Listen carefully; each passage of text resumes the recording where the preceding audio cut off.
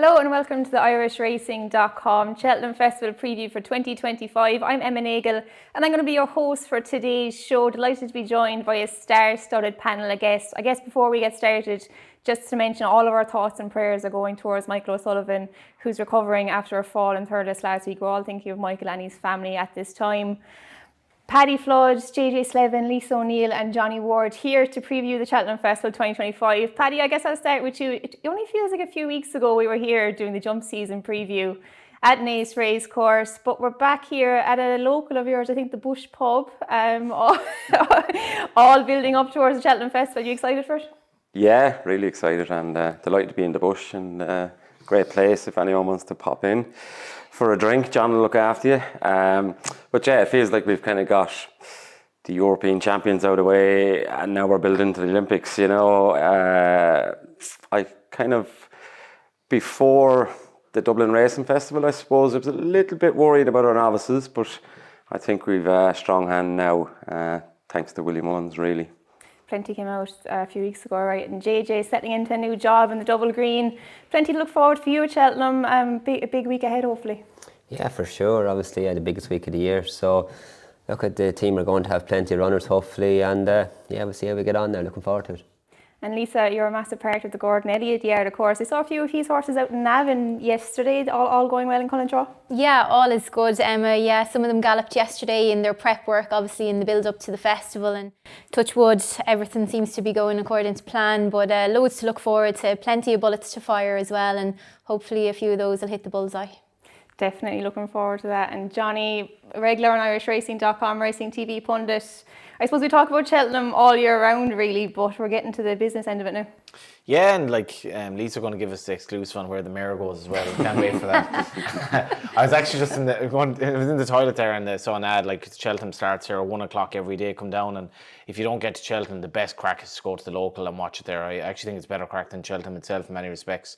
And I got into Cheltenham around 2003, 2004, I think, and I was in college and went to the local with my mates and like fell in love with Cheltenham and racing and the crack of like having your fiver each way on a winner or even a place horse. It was just brilliant crack. And yeah, I hope, like, we've had some obviously a significant non-runner this morning in Sergino, and I hope not too many more horses are pulled out, because that is the one thing about the 4 days when the races get diluted and horses get injured. You know, the quality goes down. But like Paddy says, I think those star novices that Ireland didn't necessarily seem to have really emerged at the DRF. Yeah, for sure. I think, look, we'll get stuck straight into the good stuff. We're going to start with the championship races of the week, and we'll go for Tuesday's feature first, the Champion Hurdle. Constitution Hill, shading odds on now, Lossiemouth, Stateman, brighter days ahead. If all four of these show up, it could be a fairly vintage renewal of the Champion Hurdle. Constitution Hill undoubtedly sets the standard, bidding to regain his title like Hurricane Fly did back in 2013. Paddy, I'll let you start here. You were very confident at the start of the year that Constitution Hill would get back to his best. Are you confident he is back to his best? I kind of said at the start of the year, he's still the best two-miler we've seen for a long time. And I stick by it that he still is the best two-miler. Until something beats him in a Champion Hurdle, he's the champion. I still will say if the mare goes, he still beats her. You know, he was fresh his first run back. We kind of, you know, Lossiemouth, did she run a race? Didn't she? He ran a fair race because he ran keen. And he was coming out of the rider's hands, Nico's hands at hurdles. And look, I don't get this. That's the first time he's ever got a smack. His horse off the track for a year, and he went on, done his business. For me, if you gave me anything to ride in it, I'd ride him. You'd ride him. I suppose it was a bit of an anticlimax at the Dublin Racing Festival. We were kind of hoping to find out, would maybe Lossiemouth come up as a new pretender. She obviously went out too early there, but JJ, like, just watching that race back, like, is there anything you can really take of it going towards Cheltenham for Lossiemouth? Obviously a fall isn't the ideal prep for her. Yeah, fall is tough going to a Champion Hurdle. Like those good champion two-milers, they're living on the edge the whole time, and they're always an inch away from hitting the ground. And unfortunately, she got it, so hopefully she won't get a fright after it, and hopefully she comes out of it okay. But look, the camp seem happy enough that she seems okay, so hopefully she'll be okay. Yeah, and like, you all have massive experience, like getting horses back from something like this. Like Paddy, Lisa, JJ, like how hard is it, like mentally even, for her to come back after? Like, it was a crunching fall. like, will they be doing a lot of schooling and Willies, do you think, between now and then, or will they just kind of leave her trying to find her feet again?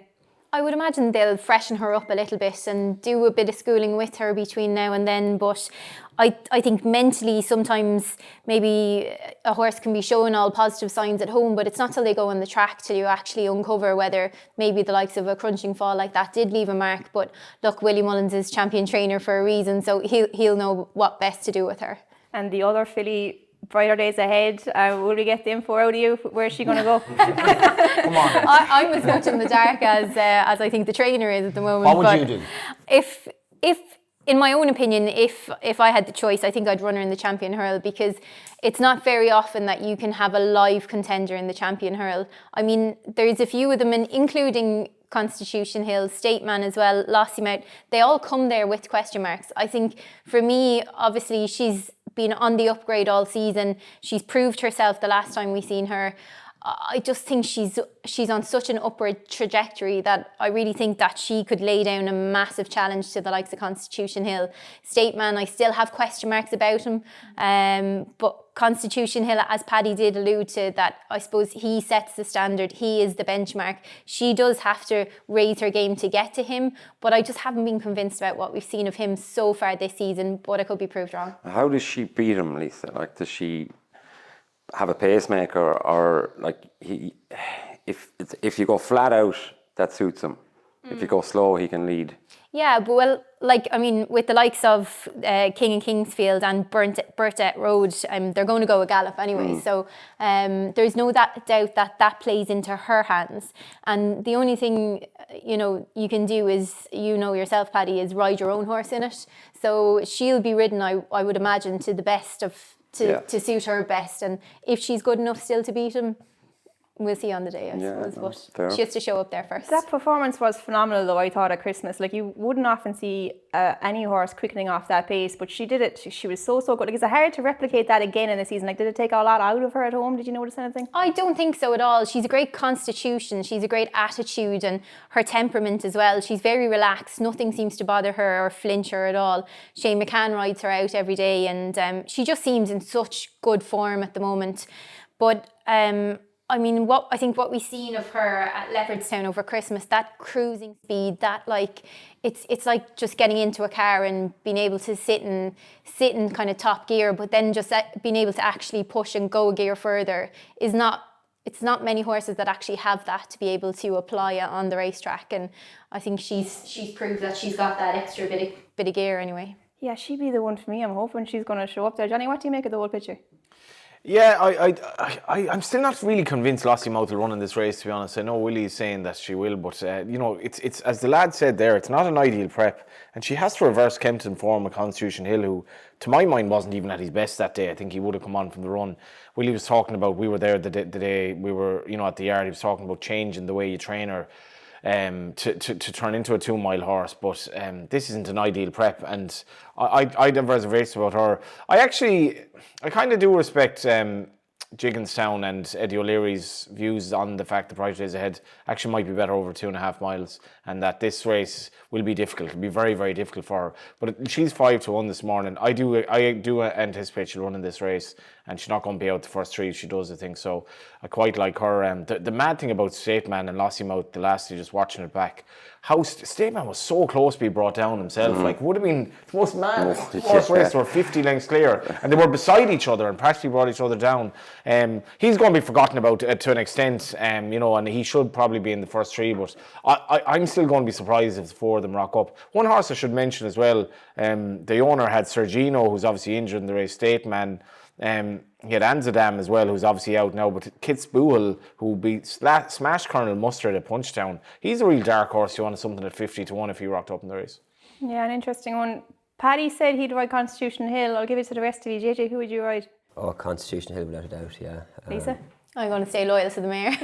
Johnny, you probably won't be riding any of them realistically. I wouldn't get as far as the first anyway, but Constitution Hill is 8-13. You got him like top price. He's still by far the most likely winner. He's never been beaten apart from his point to point. So you're hoping that he's not quite at his best. Like, you're still clutching at straws that Anton is good enough. He's the best hurdler I've seen. If he's not at his best, he's still better. He may still win. Yeah. Right, me and Lisa, the female boys, for sticking with the mare brighter days ahead, but the lads are sticking with Constitution Hill. We'll move on to Wednesday's feature, the Champion Chase. Definitely one of my favourite races of the year. 2 mile over that pace, over fences. It's a fair spectacle. John Bond leads the betting for this year's renewal. He's yet to win at the Cheltenham Festival, but hoping to break that duct this year. He's odds on, kind of shading around 4 to 5, I think, for this one. I was a little bit surprised at LA Francais next in the betting. He's around 4 or 5 to 1. Be a massive step down in trip for him. And then we've got the likes of Gaelic Warrior, Energumene Solness, El Fabiola, Marine National. It's an interesting renewal. Johnny, I'll stay with you here. John Bonnie's the obvious place to start. Recent performances, he's a standout in the field now, but that Cheltenham Festival record, would it be a bit of a worry for you? It is, yeah. Like he's one of these rare horses who costs an awful lot of money and has actually paid it back in his prize money. You know, he's a brother to Duvan, who I might be going up to see myself this week, and he's been spectacular. But I genuinely do not feel he's at his best at Cheltenham. So I think there's a bit of vulnerability there. Gaelic Warrior for me after the last day, I'm just not sure what to expect from him. Like he was ridden like a horse that really wants to step up and trip the last day. He just JJ will have a bit of an angle maybe to that race. JJ is definitely interesting because El Fabiolo, he's the only horse I could put up at the prices because he was sent off 3 to 1 the last day and he only got as far as a second, and he's sort of 12 to 1 whereas he was 2 to 9 in the race last year. And you got to remember on the Friday or so of the Dublin Racing Festival, certainly when declarations came out, he was 8 to 1. He's back to 3 to 1. So somebody expected him to go well that day. And I'd probably put him forward. Solness is a fascinating character. I think he's just been written off because of his background, but he's no mug in this company either. I'd probably just add chance El Fabiola come back to form, although Willie didn't seem overly confident about it either. Yeah, JJ, you should have a good line into this one, I suppose. El Fabiolo, odds on for this last year, obviously not the ideal prep so far this season. How has he been after the fall, I suppose, first of all? Yeah, I think our system seems good with him. He's obviously got quite a heavy fall and it took him a few days to get over it, but he's come out with it well now, and look, if they decide to go to the Champion Chase, like he potentially is the best horse in the race. Yeah, he definitely could be the best horse in the race. Like we saw it in the Arkle, like he had John Bond's number around Cheltenham, but jumping just always kind of seemed to be in the back of people's mind with him. Like, do you think maybe? This time last year, people were saying he never looks like falling, even though he makes mistakes. And obviously he's fallen twice since. So. But Willie left the option open of the Ryanair for him as well. Like, do you think maybe stepping out and trip might just help him that little bit? Obviously, no decisions will be made yet, but. Yeah, for sure, stepping out and trip, he'll be a lot more comfortable underneath you, and he'll be back on his hocks a bit more, and might help his jumping a little bit. He'll be down a gear, he'll be very comfortable. So look at Willie and the Double Green team are going to decide that. But if he did rock up in the Champion Chase, he'd be a fascinating contender as well. One other thing on it, just the ground is hard to call at Cheltenham these days, and that's why the likes of Marine National, it's very hard to know what to make of him because he'd have next to no chance if it came up like as it did last year. Yeah, I find it hard to rule El Fabiolo out if he did rock up here. He's just such a talented horse. But another one, I'll stay with you, JJ, for a minute. Solness, maybe one who's being underrated. Like he's progressed through the ranks. He's done it twice now at Leopardstown. It's hard to knock him too much, I think. There's people maybe saying online he got a soft lead, but he's done it twice now. It's not easy to back those performances up.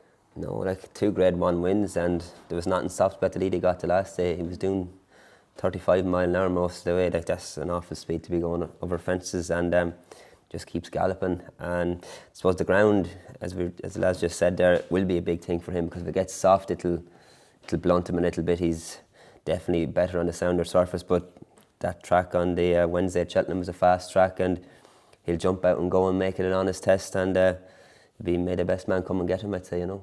Yeah, it'll be an interesting one, and I'll go to you, Paddy. The Irish Challenge, maybe a few horses with question marks. John Bond's the obvious one, but the likes of a Solness, like is he maybe being a bit underrated coming into? Oh, he is. There's no doubt he's been underrated because, like JJ said, that wasn't a soft lead. That was a horse going very, very quick, jumping very quick, and. Look, Gaelic Warrior was not into it. They're going to have to ride him handier. They're going to have to jump him out, upsides Solness, and then come back rather than trying to catch him. But everybody's got to do that. I wonder will Paul ride in Energumene? Do you know, like Gaelic Warrior, because he's been poor. In Energumene's form, like he's only had the one, but Banbridge, what did he do after it? You know, first rung back for a long time. Another smashing, exceptionally good horse. I still think this is John Bond's big chance of getting his Cheltenham winner. I think he's the best horse in it, and I'd say it suits the race is going to really suit him. when he's against Constitution Hill, they went flat out. And, you know, over hurdles, sickened him, didn't suit him. This, I think he's going to get a lead, and he should just get into a nice rhythm. You'd keep him out of trouble and not let them go too far, obviously, but within your comfort zone. His jumping this year seems to be a lot better. He's a lot quicker when he's going short. Last year, he was a little bit careful when he was getting tight. This year, he seems to have really just gone up a gear, jumping wise. And look, if he can make ground on the fence or not lose ground on the fence, he's the best horse in it. So I'd like to ride him if you give me a pick. Yeah, it looks like one of the English bankers. Lisa, what's your thoughts on the Champion Chase, the whole picture, I suppose? Yeah, I think the likes of Ile Francais, Gaelic Warrior, El Fabiolo, there's a good few of them probably I think would show up in the Ryanair. For me, it's John Bon, I think. I wouldn't be overly concerned about his record at Cheltenham. He's run over fences 4 times there and he's won twice. I know, arguably, you could say maybe he's a little bit better at Ascot or Sandown, but for me, I wouldn't question it too much. I think he sets his high standard in here, and I think they all have to raise their game if they're going to beat him. He's already beaten Ergamine so far this season, and I think he's just, I think he's the one to beat in this, and hopefully it'll be one that Nicky Henderson will be happy to get with. I remember Paul Byrne telling the story in the Racing Post. He was in Willie's one day and this horse went by, whoosh, and he goes, "Who's that?" And Willie goes, "Oh, this thing is unbelievable. Duvan." And Paul, thinking outside the box, immediately tried to buy the dam, right? And the dam was owned by some lad from Libya or something like that. But he was like frantically trying to buy the dam. The next horse that came along was John Bon. And as far as I can see, she's 21. She's only had 2 horses, John Bon, Racing Bus rating, 177 and Duvan 178. It's incredible stuff. Yeah, you wouldn't often see it. Like, what did he cost? 570 after his point to paid it point, back but comfortably, yeah. it's worked out fairly well for him. Yeah, John Bon, probably one of the English bankers of the meeting, and nice to see Nicky Henderson after he had bad luck there last year, didn't he, in Cheltenham? No luck at all, so good to see his horses back firing. But we'll move on, I'd say, to Thursday's feature, the Stairs Hurdle. Tiupu, last year's winner, a warm favourite for this, and Home by the Lee follows him in the betting, so we'll get a good line into this from JJ. I actually think we definitely should get the answer to this race. Definitely. Yeah, we'll get everything here. So Tiupu, I'll start with you, Lisa. He's gone the usual route this year, Hatton's Grace, straight to Cheltenham. He was in Navan yesterday, was he? He was, yeah, he was. He galloped in Navan yesterday. Look, he's in great form. He looks fantastic. He's the one to beat here, obviously. Look, he's the reigning champion. He goes there again to retain his title. And look, I think he's the one to beat. And I do think Home by the Lee is probably has shown himself very well this season. And I'd be very worried about him maybe to lay down a big challenge. But look, I'm a big fan of Tiupu. I think he races really conservatively, but coming up that hill, he always seems to make a mistake at the second last for some unknown reason at Cheltenham for the last 2 years in a row. But I really think he's the one to beat here. But I do, we'll see what JJ says about Home by the Lee now, but I think even last year in Cheltenham, Home by the Lee made such a bad mistake with about a circuit to go that it gave him no chance. Yeah. But I think there's loads of positives about him this season, but I think he might have, he could have a chance of overturning Tiupu, but I think he has to really step up another little bit. And they're completely different horses. Like, Tiupu seems so straightforward. There seems to be no chinks in his armour really, whereas Home by the Lee, he's got a bit of a mind of his own, I'd say, JJ, but he's been brilliant so far this year. Yeah, he came back in the autumn like a different horse this year for some reason. I don't know why. He's got faster, more tuned in, and he's been flying at home. He's been flying all autumn into the winter. He's flying at the minute. It's hard to say he's going to beat Tiupu. Tiupu could line up in the Champion Hurl and run very well. Home by the Lee be lapped in the Champion Hurl. But he's in really good frame of mind. I'm going to do a few things differently on him that I think should work. So, I'm really looking forward to him. That's a nice exclusive. Well, what are you going to do differently? He can't tell you that, can he? A few things. No, we think we've got a few little tricks. I've got it wrong on him a few times over there. There's a few decisions I made weren't the right thing to do, and I've ridden this my 4th attempt at it, so I should be starting to learn by now. Did you ride him the day he made a terrible mistake? Yeah. I thought that was an extraordinary run. Yeah, and he's only beat 5 lengths It was after. an extraordinary run, and I thought then I'd sort of lost. I kind of lost faith in him after that, and he just came back this year, whatever it is. So he's really flying at home. He works with Banbridge. Banbridge is his work companion, and Banbridge is not a slow horse, and your man is rocking away up sides him at home every day. So Yeah, it's like mad that his horse at 10 years of age, he's better than ever. Yeah, that's what it looks like, and like he can kind of run in snatches a bit. But I think by both starts, I know maybe in Leopardstown turning in, he looked in a bit of trouble, but he flew home. Like, is there something you're doing differently at home, or is he just kind of head clicked into the right place? No, his head is just in a better frame of mind. Like he's won a few bumpers. Like he's never really been a slow horse, and as he got racing, then he got a bit lazier. But now he's suddenly woken up again, and he's more focused, and like he's going to be going to Cheltenham in a really good place, hopefully. Very good. Paddy, what's your thoughts on the stairs? Well, we needed him. We need the likes of him to be in really good form to make a race of this, because it has been T-Upples to lose for a long time. But yeah, I was delighted with him. Even when Danny won them in Navan, I was thinking, Jesus, this horse he turned in canter. He never come off the bridle. And like over 2.5, you'd expect him to be struggling a mile out. T-Upples sends the standard, but I think he'll get closer. I actually think you'll get a right good tune out of him now.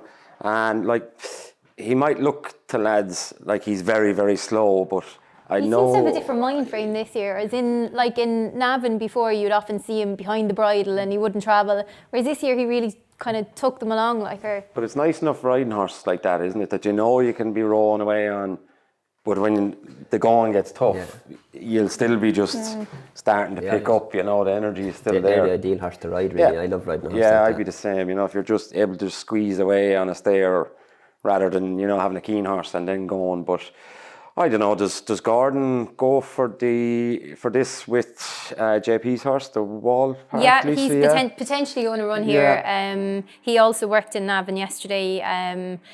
Look, he has an entry. I think he deserves a bit of respect in this race as well. I mean, he's kind of unexposed in this kind of grade, really, but he's to raise his game. Yeah. He's a horse that'd love a strong gallop. He doesn't do anything fancy early, but his best furlongs are his last furlongs. Yeah, that's what I was kind of getting at. Like, we know the level of T-Upples and we know the level of Home by the Lee, where they can get to.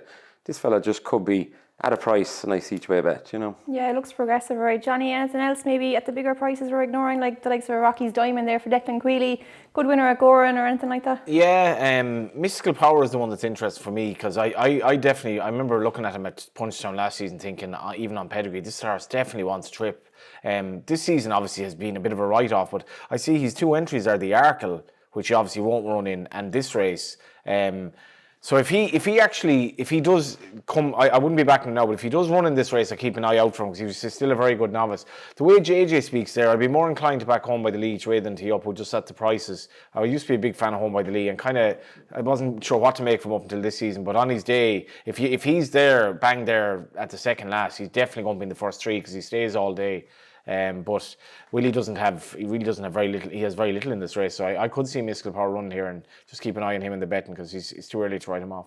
Langerdan is another interesting one in that, actually, if he shows up in that. He needs a bit of sunshine. Yeah, you might get that though. You see, he likes Cheltenham. It's funny he hasn't come down 20 pounds this year. I think they've kind of copped on to that. I think he's at a handicap grades now at this stage. Yeah, I saw Dan Skelton mentioning, I think this is probably his most likely target. The kind of has to go there, doesn't he? He has no auto option, I'd say here. So like he's run 1, 2, 3 races way below his mark, and his mark has stayed the same. That wasn't the case before. There you go. Once bitten, twice shy. They can't keep dropping him, I suppose, Johnny, can they? But we'll move on to the Gold Cup. He was 141 last year. Like, it's absolutely crazy. But we'll move on to the Gold Cup Friday's feature. Galopin Des Champs, I suppose, is there much more to say about this? At the start of the year, like, it was looking like probably a vintage like Gold Cup division, plenty of young kind of pretenders coming up, but he's kind of blown them all out of the water since, hasn't he? Look, Johnny, I'll let you start this. Galopin Des Champs, like, is he the banker of the meeting? Yeah, he's just impossible to oppose now because they've fallen by the wayside. Like, fast or slow on nice ground, who knows? I did feel last year looking at Galopin Des Champs crossing the line, the Gold Cup, I was like, I'd be very happy to take him on going forward. That's a really hard race. It's hard to keep going at this level, but they've all just gone. And you know, I thought the adulation he got at Leopardstown the last day, I've never experienced anything like that going racing. I don't remember it anyway, and I think it's great to see. It's kind of like the days of Moscow Flyer to see a horse that popular. It's like an absolute no-bet race for me, to be honest. If I had Factifile, I'd like, because Lance Tower's not running the race. I know the way you're thinking isn't running the race. Corbett's Cross obviously shouldn't be good enough. I'd be inclined to run Factifile just to have a runner in the Gold Cup. And I still think Factifile has a chance of at least, like, you can't necessarily be afraid of one horse. If I were JP McManus, I'd much prefer to have a runner in this than the favourite in the Ryanair. But it's a no-bet race for me. Just enjoy Galloping Deschamps. Yeah, Paddy, just to touch on Galloping Deschamps, like, he looks kind of unfallible. Like, Paul can ride him anyway. Like, the two performances at Leopardstown, the first day he kind of stretched him for stamina, and then the last day he stacked him up behind and he sprinted away from him. Like, is there any holes in this horse? Yeah, he is. He's a jockey's dream to ride. But if there was ever a horse made for Paul Townend, they gel, you know, and they've always gelled. He was a bit fierce in his younger days, but now he's matured.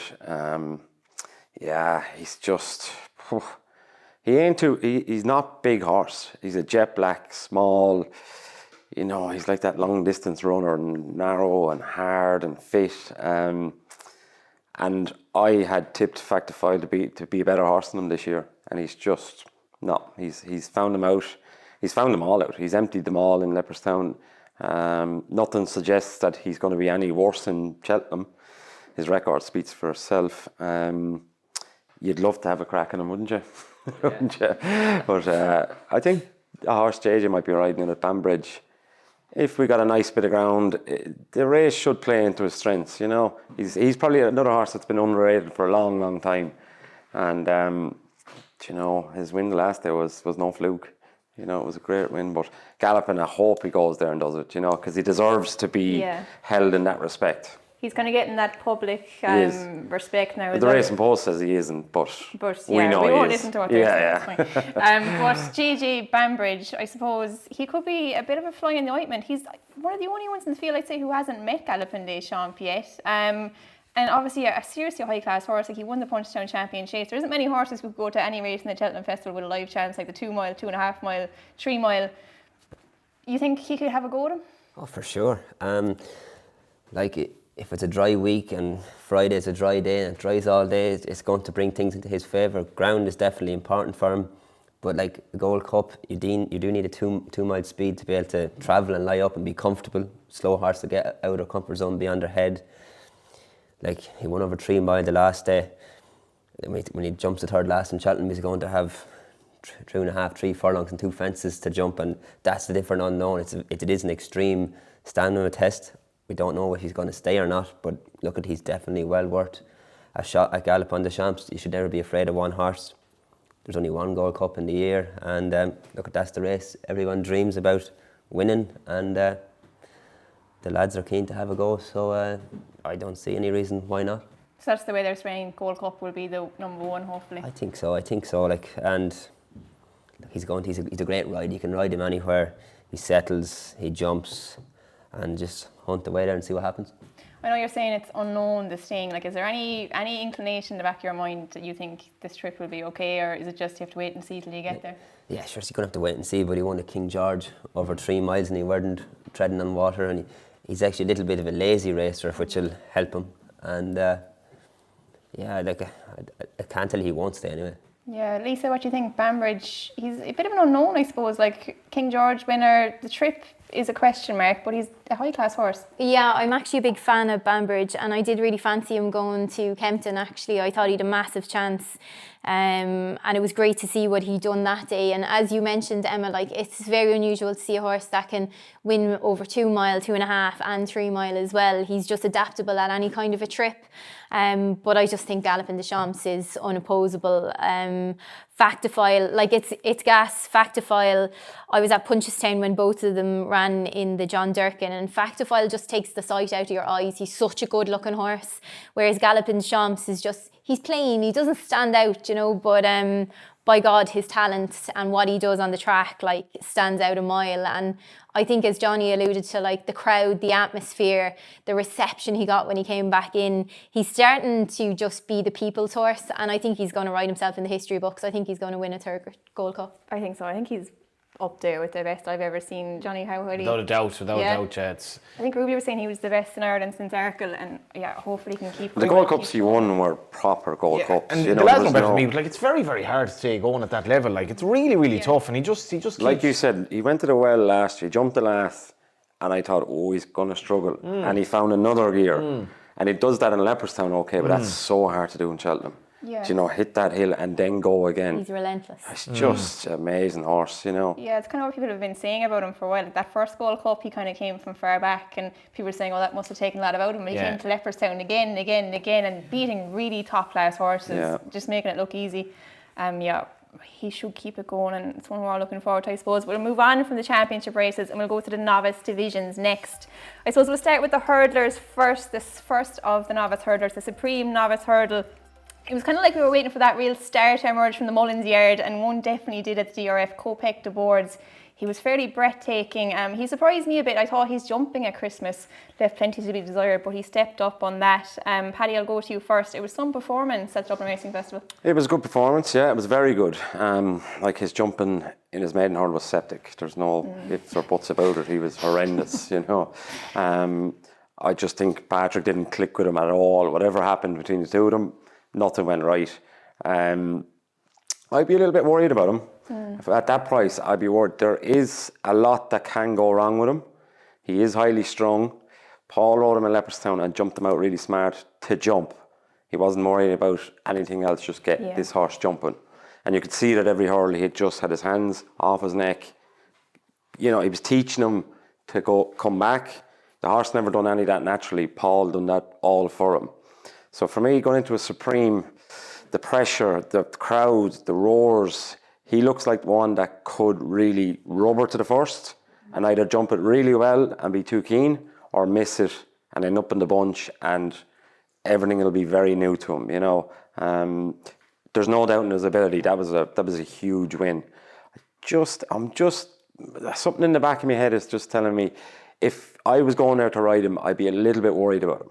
Whether a hood goes on or something like that, I don't know whether you need it or not, but if I was a rider going there, I'm thinking, I want to nearly get down to the start a furlong before them, walk, keep everything very quiet, which you can't do in a Supreme. It's, everyone's revved, horses are revved, jockeys are revved, and it's the first race of the meeting or whatever. Paul Townend's going to be a little bit tight as well, that sort of way, and he's going to be short price on the day, but I really like Romeo Coolio. I think if Jack's not back and Sam rides him, he can do what he wants. He could do what he wants. He could jump off at Paul's boot and try and make Paul get run away with, because his horse will just go asleep. And if I was him, that's what I'd be doing. I'd be making his life horrendous and mine easy, and try and get him in trouble and then pick up the pieces.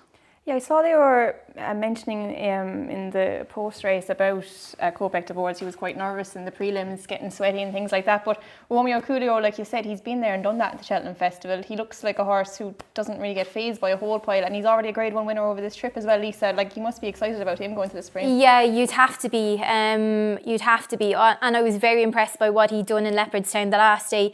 I was a little bit disappointed with him in Fairyhouse, but I think things just didn't pan out the way the race wasn't really run to suit him.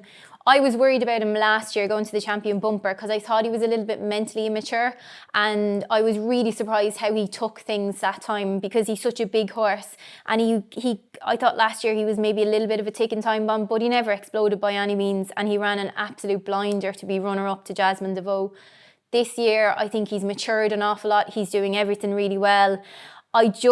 I'd be concerned about Kopek de Board because he blew me away at the Dublin Racing Festival, and you can kind of get a line through both horses with Blue Devassi.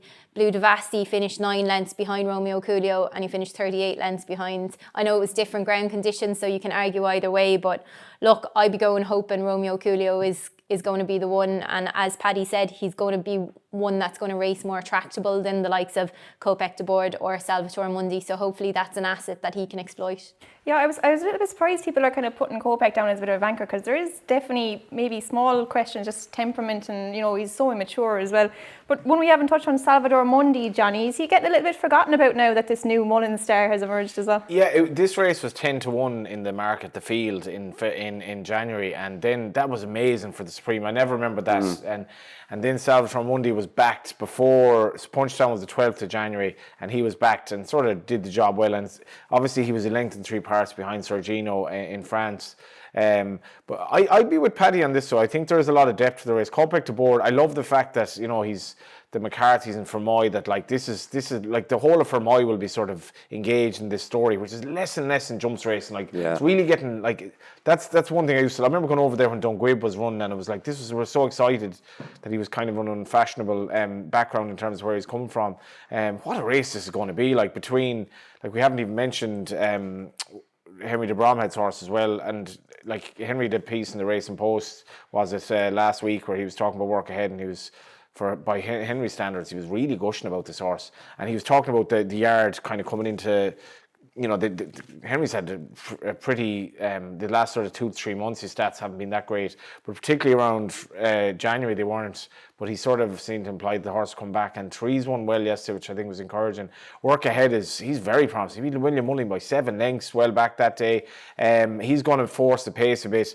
I was at actually Ferryhouse when Romeo Coolio won his bumper, and I remember that was a funny race because it didn't look a particularly strong race, but gorgeous looking horse. Like he'd really, and I was thinking, whatever, I actually remember tipping him off the Cheltenham bumper thinking, he's better than what he showed at Ferryhouse. He's really, really matured this year, and I'd be very disappointed if he weren't in the first 3. I think he's a serious horse. And you see Gordon, the way he's training horses, like I love the way, with respect to the DRF, I love the way Gordon Cheltenham means everything to him.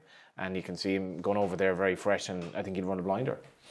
Very good, yeah. On the Henry de Bromhead form, he always kind of seems to turn him around for Cheltenham, though, doesn't he? I wouldn't every be year happens. Every year. Every year. It's like Christmas time. Oh, Henry's horse nearly are flying, but then they come March. You used to be sweating for the mare, honeysuckle, and then bang, they're back. He always gets them right in the end. But JJ, just for you on the Supreme, what's your thoughts on it?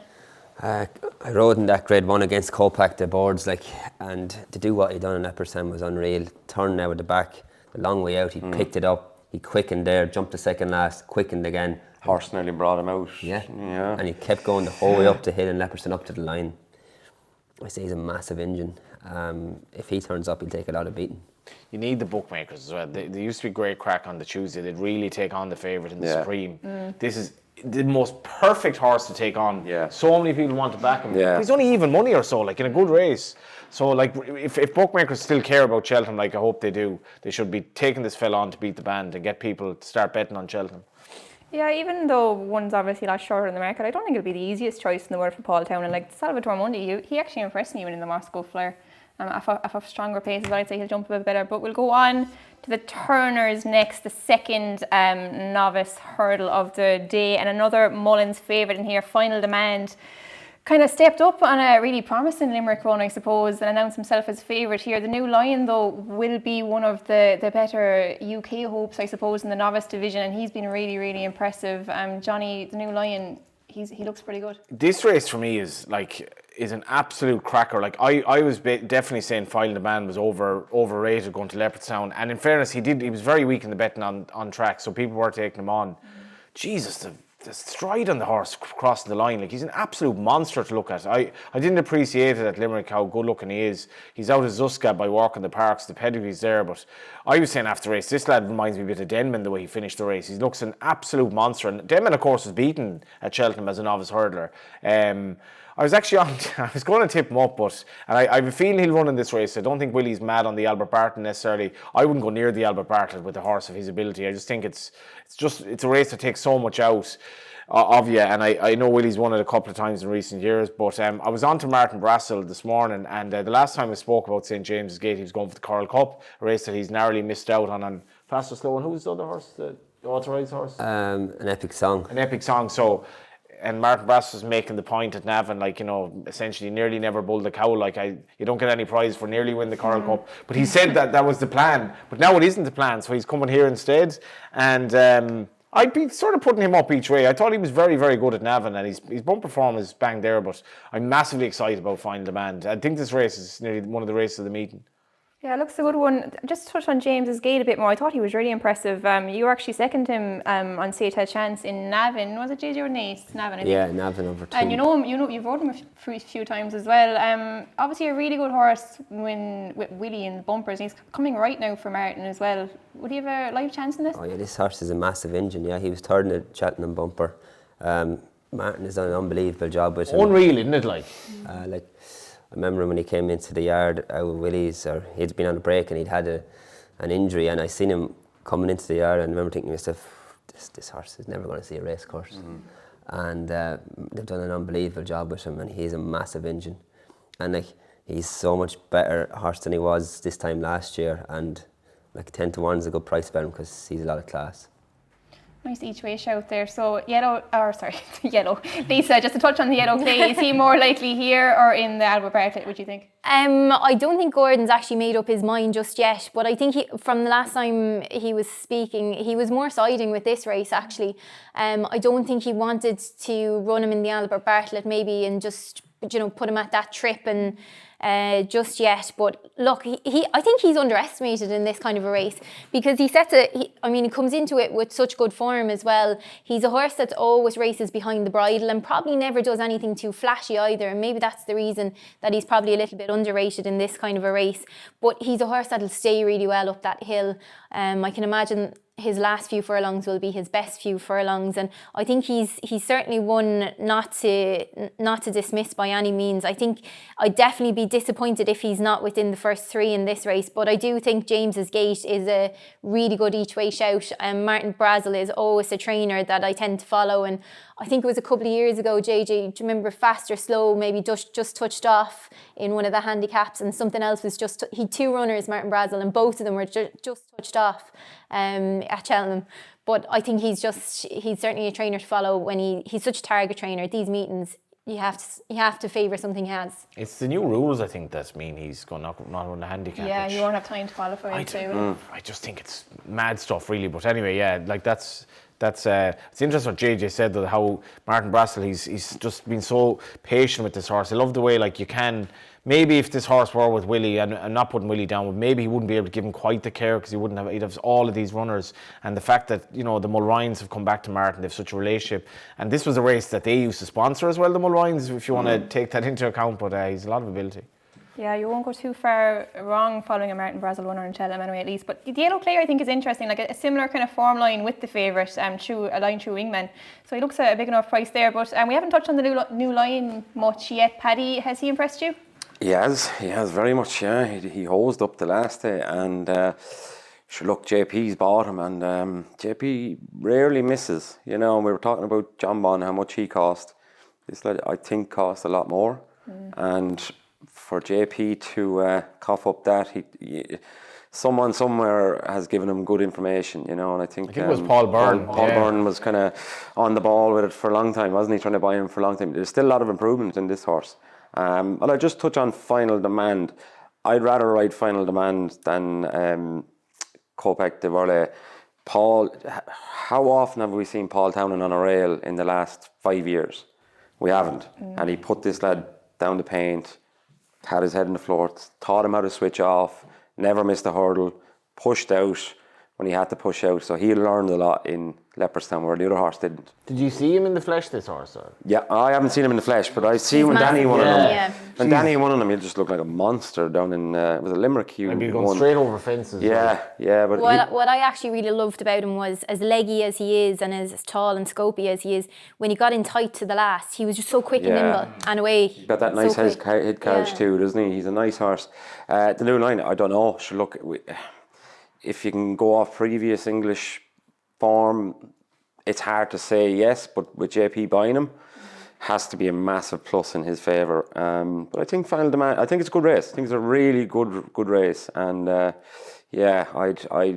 As I said, I've been saying if I could pick one, I couldn't pick one here. It'd be, Good chance it'd of be a hard. World Cup winner, I think, in this race. Yeah, it could be right. Yeah, a lot of nice yeah. horses there. Like even Gordon's horses, smashing horses. Is Polish Charm going to run in this race as well? He's been disappointing the last day, but they still talk about him as a really, really good horse. The Twist and Davises. So a lot of depth in here. Yeah, Polish Charm, he's plenty of miles in the clock. They were disappointed the last time, but she wouldn't be surprised to see him bounce back either. Yeah. Look, interesting chat there. A few each way shouts for James's Gate. Definitely interesting one to take out of that one. But we'll go on to the last novice hurdle, the Albert Bartlett. Kind of a bit of guessing who's going to run here, I suppose. A few of them in the 2 mile 5 race as well. Kind of top of the betting, the Yellow Clay Final Demand. The Big Westerner, though, I think is an interesting one. She was very, very, very impressive winning at Limerick under Darragh O'Keefe at Christmas time. Paddy, I'll stay with you. She looks good. She is good. She is good. I expected a little bit more in Limerick, if I'm honest. Just found her jumping was okay. She just looked very big and awkward. Looks like a fence will be made for her, that sort of way. I just expected a little bit more. Darragh gave her a lovely ride and he was kind of minding her all the way. And yeah, I know, look, the Albert Bartlett, she has the stamina, she has the pedigree, she has all that. I just worry about Cheltenham for her, this year. Is she something for the future? And she's definitely a future chaser, there's absolutely no doubt. But again, the Yellow Clay, if he goes, again, a solid horse. But what price is the Big Westerner? She's 7-1. She's short enough for me now. Yeah. She'd want to be double that figure for me to have a bet on her. Yeah, she's quite unexposed, I suppose. Yeah, like the Yellow Clay tops the betting, Final Demand next. Both of those probably options for the shorter race as well. JJ, Jasmine DeVoe, I thought he jumped a lot better at Leopardstown. Is he likely to go to the festival, do you think? Yeah, I think this race is the plan. Yeah, he ran well in Leopardstown, jumped quite well. The cheek pieces, he travelled quite strong in Leopardstown, and from the back of the third last to the second last, he probably dragged himself into the race a little bit and probably used a bit of petrol doing that. So I don't know whether to lead the cheek pieces on or not, but I wouldn't mind if he was dropped in an Albert Bartlett, and especially if the ground was nice and he'd ready to be coming through them there. I think he could run a big race, like Cheltenham bumper winner, and like traditionally Cheltenham bumper winners have loads of staying power. So like at 16-1 there at the minute, I wouldn't be putting anyone off him. Yeah, the slower pace 3 miles might just help him a bit. Like you were saying, Cheltenham bumper winner 20-1 for an novice hurdle. Like you have to give him a bit of a chance. Wingman, Lisa, one we haven't touched on. He's a horse I really like, to be honest. I thought maybe stepping up and Trip bought a bit more out of him, and he runs his race. Would he be a grade 1 horse, think, or more of a handicapper? Look, he potentially could go here. I think he deserves respect in a grade 1 company anyway, after being runner-up the last day to Final Demand. He's a horse, obviously, who was kind of difficult in his bumpers. He was a difficult ride, but he's a bit more mature this year. And I think, in fairness to him, he jumped out and went forward the last day and done a lot of the donkey work, and I thought he ran a really credible race in second. He's a big price. He could be a really good each way contender in this kind of a race. I actually think it's hard to know who's going to show up here, but to me personally, I think both Willie Mullins and Gordon Elliott seem to be siding with both horses for the 2.5 mile race. I'd be surprised if one of them didn't try to avoid the other. I think, if one of them went for the 2.5, I wouldn't be shocked if the other one came here, because to me, it's a wide open race if one of them don't show up here.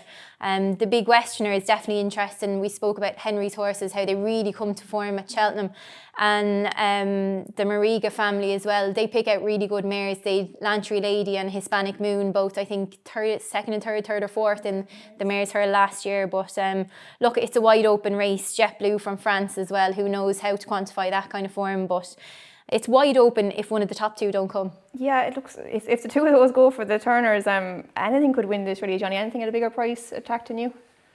The French horse is interesting because he was unexposed at the trip, JetBlue, and he did it very well. I actually haven't a bad record tipping in this race, and I nearly always want to go against the favourite. Favourites have an awful record in this. Like, it's 33s, 18s, 14-1, 50-1, 33-1, 16-1, 14-1, 11-1. that's all in the last 10 years. Monkfish at 5. Favourites just don't win this race. I'm not a fan of the race. I don't think it really has much place at Cheltenham, because I think if you condense it into the old Ballymore, it'll be fine. And it's a tough one as well for connections, because I think it's a race that is very difficult for horses. But the Big Westerners half brother actually won this race, Stay Away Faye, which is a bit mad, only 2 years ago.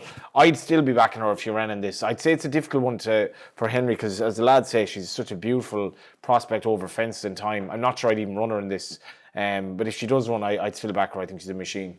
Yeah, I'd say there's a fair bit of confidence around her. At Limerick, there was plenty of chat about her now, so interesting to see does she show up here. We'll go on to the Novice Chases now, and we'll start with the Arkle, the first one on the Tuesday. On the train down today, you're like, here we go. God, I was really looking forward to this one. It was kind of like last year's Triumph and the showdown, Sergino and Majborough, but unfortunately Nicky Henderson has ruled Sergino out for the season, which makes it a bit of a one-horse race. Majborough are very good at Christmas, but it's a massive blow for the Henderson yard, Paddy, isn't it? Like, they've had no luck really in the last year. Such a sickener. He was his banker just about, you know. And like I said at the last show we did, Henderson can train horses, you know. His horse was sick last year. That's perfectly fine. But this was, you know, this horse we had the Mullins Henderson showdown, and he smashed them. And everything he'd done this year, you were thinking, yeah, he's so good. Even the hurdle race he won, he was amazing winning that day. So I'm gutted for Nicky. I really hope he has a good festival, because that is going to be some kick in the guts for him. And he's been so open to the media. He's been so open all the time, and he's there for the kicking, Nicky, you know. And he's there to be taking the piss out, you know, basically. But that man can train, and it's just a sickener for him. Yeah, it's sickener for us as well, you know, as fans, because we don't know how good Majborough is. Didn't jump great the last day, but he looks an absolute beast. You know, he looks a really, really good horse. And now, look, it would have been a lovely showdown, but look, if he jumps around, he probably wins.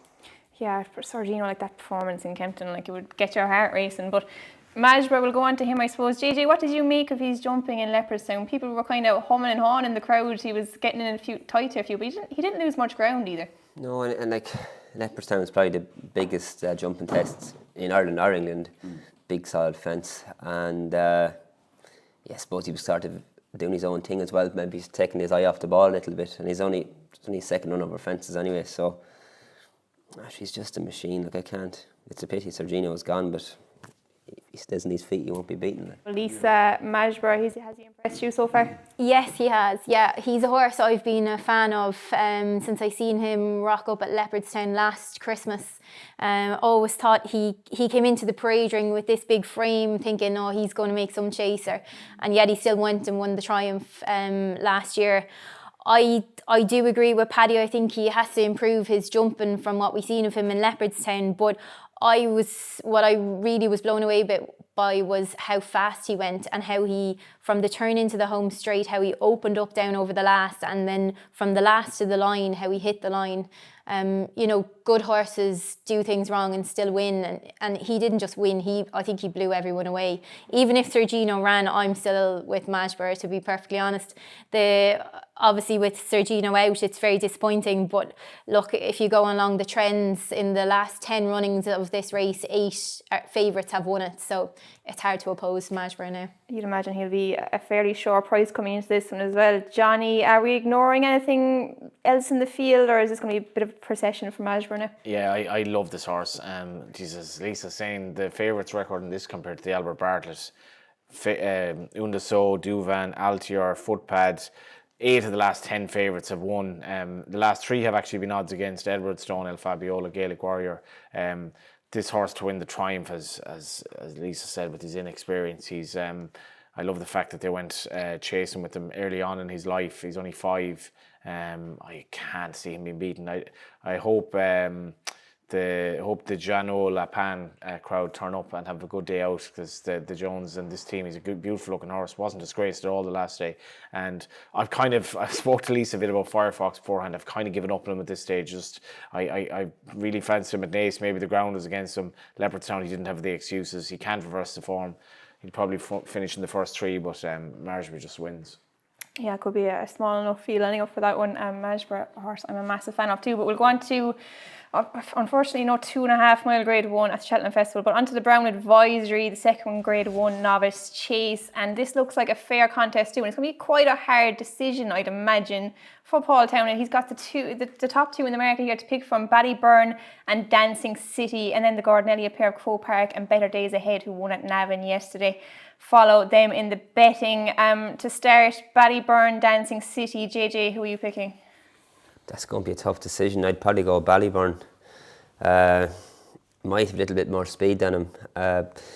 His run behind Sergino over 2 mile was adequate, very good run, and he's a classy hurler. And I just think he's a little bit sharper than him, so I'd be picking him and go for the speed horse. Paddy? Yeah, I think Ballyburn, and I'll tell you why. I can forgive him a lot this season because running over is the wrong trip. So the first day around, he had to make his own running.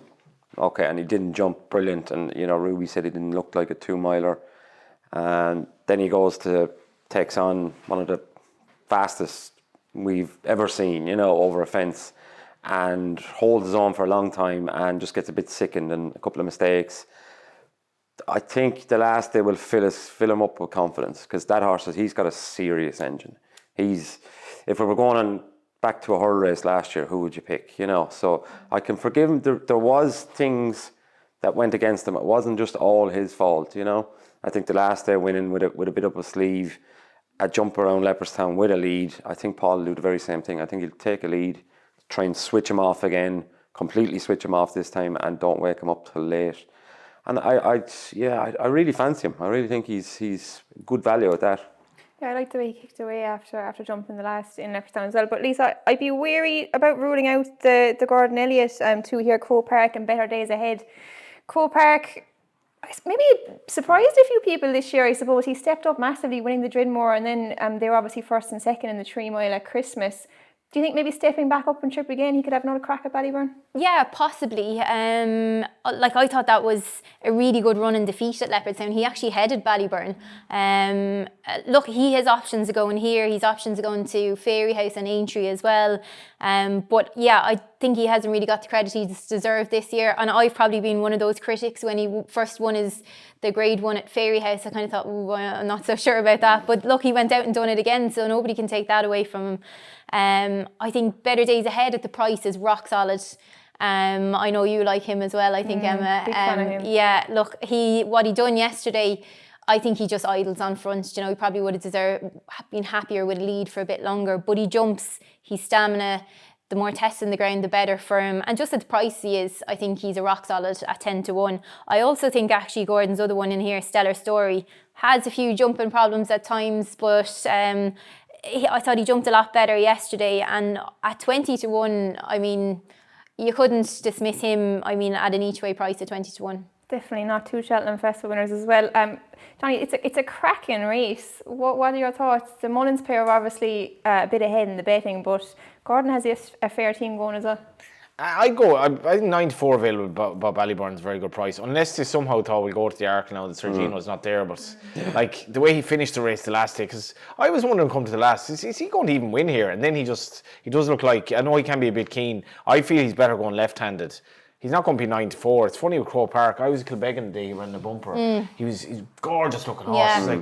And I was saying he cost like what, 400 grand. So I was like, I can see why he cost. He's beaten 11 lengths in a bumper, Kilbeggan, with respect to Kilbeggan. And you're like, what are the O'Leary sends themselves tonight? And then he goes over fences, 1-1, 1-2, 2 grade 1s and second to Ballyburn. So it's funny, you can give up on horses too early. But that night in Kilbeggan, I was like, Jesus, this horse is going to be an awful waste of money, basically. But he's turned out to be obviously very good. But Ballyburn, for me, I don't think there'll be any doubt Paul Town will ride him. Like, he's just because he was beaten by Sergino over 2 miles, jumping out to his what was it? He's out to his left that day, out to his right rather. I'd forgive him that, and I'd be amazed if he didn't ride him. Yeah, I suppose what was Ruby saying, the class, he'd be hard to turn him down. Ballyburn probably a worthy favourite there, but I like Better Days Ahead each way as well. I'm with you on that, Lisa. You have a bit of a love for that horse. A bit of a call, yeah. Why do you love him so much? No bias here now. Emma's a bit of history there. Breeding good horses down there now, friends. if anyone's looking to buy, you know where to go. But we'll move on to, we'll go on to the best of the rest, I suppose, the other grade 1s and grade 2s of the week at Cheltenham. And I suppose to start off, the Ryanair, we've touched on a few of these in the other championship races, but a fact of file heads the betting for this 6-4, Ile Francais 4-1, Gaelic Wire, Spillane Tower, Banbridge, El Fabiolo and Protectorate, they're all in around that kind of price in the betting as well. It's kind of guessing who's going to show up here. I'll start with you, Lisa. I suppose in previous years we've had a bit of a 2.5 mile specialist for this, but now it's kind of horses dropping back maybe or going up from different trips. What's your thoughts on the Ryanair? Yeah, fact to file, obviously, like if he goes here, I do think he's the one to beat. He's a really high class horse, and the fact that he even got as close to Galloping des Champs as he has done on his last 2 runs sets an unbelievable standard. And I definitely think dropping back in trip is definitely the thing to do with him. He's obviously got pace as well. You know, he won over further at Cheltenham last year, but he's won over shorter as well. I don't think it'll be any problem for him. I think Ile Francais is kind of, I suppose he's a bit of an enigma at times. When he shows up, he's very good, and when he doesn't, he's very bad. But obviously, second in the King George the last time, I think dropping back in trip, he jumps out and goes. He could blow the field apart because I think he could stay up that hill very well. If he shows up there at the price he is, I think he's a nice bit of an each way chance as well. Yeah, definitely. I was surprised to see him so short in the betting for the Champion Chase. You'd imagine this would be the obvious one for him. What do you think, Johnny, Ile Francais? Yeah, I'm a bit like you. I'm kind of not sure what to make of him in terms of what race he'll definitely go for. And in fairness, he had a lot of questions to answer after that run to Toy, but the run behind Banbridge, I give him a lot of respect for that run. I think that Paul Townend, JJ knows Banbridge well. I'd say he would have ridden him very similar to Paul that day. It just worked out really well for Banbridge. But Ile Francais, he's probably the right type for this type of race. I do want to ask Lisa about, I actually think Firefox, I found a 50-year-old is very interesting here, because he did have an excuse, I think, behind Solness. He beat Solness at Navan. You look at his form, he beat Master Chewy ahead at Aintree last year. Obviously, that's worked out very well. He's a really talented horse. Like, he's 16-1. I was on to Noel Moore and his owner this morning. He seems very happy with them. I don't know, I presume he runs here. I don't know where else he'd run. Yeah, no, I think he is. That's the plan at the moment anyway. And he looks fantastic. Like, he's the type of horse that when you see him, he's such a powerful looking horse. And look how the Solness form has worked out extremely well. So he's certainly worth taking a chance here. And I mean, if he shows up in his best form, I definitely think he could be in the shake-up. I'd agree with Lisa, but if fact file runs here, I do expect him to take an awful lot of beating. But I do like Found 50. You'd imagine this would be in their minds for Factifile. Anyway, I don't think they made a decision yet, but Paddy, you were a massive fan of him. You were mentioning earlier, this is probably where he's going to go. He'll take a fair bit of beating, I'd say. It looks the race for him. It'll pan out perfectly. You know, I suppose I was kind of questioned, is he that Dowers there? He's not. But we were starting to take away what is naturally very good, he's very good at, which is travelling and jumping. So we went from too keen one day against Galloping, and you don't want him to jump at all, to switching him off. And again, you're telling him you don't want him to jump, you want him to finish. Whereas this race, I think if Ile France comes here and rock and rolls out in front, Mark will just sit 5 lengths behind him and just let him jump, throw the reins on his neck, let him jump and do what he's good at.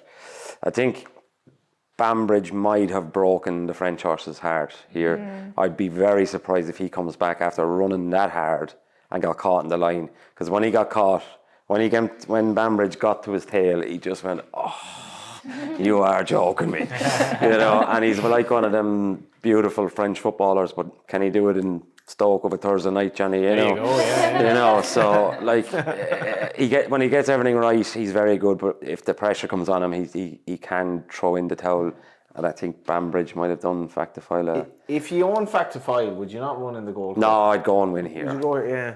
I do understand what I mean. You can't be afraid of one horse, but then I think from what he done at Leopardstown, from the back of the last to the line, was disappointing for me. Yeah. And then the other horse again, I was just going to say, Spillane's Tower. Like, okay, he wasn't good in Kempton, but you can forgive a horse. Not. He's actually the one I think they made a way too rash judgment on him. The ground was probably a bit lively for him at Kempton. Like he just had.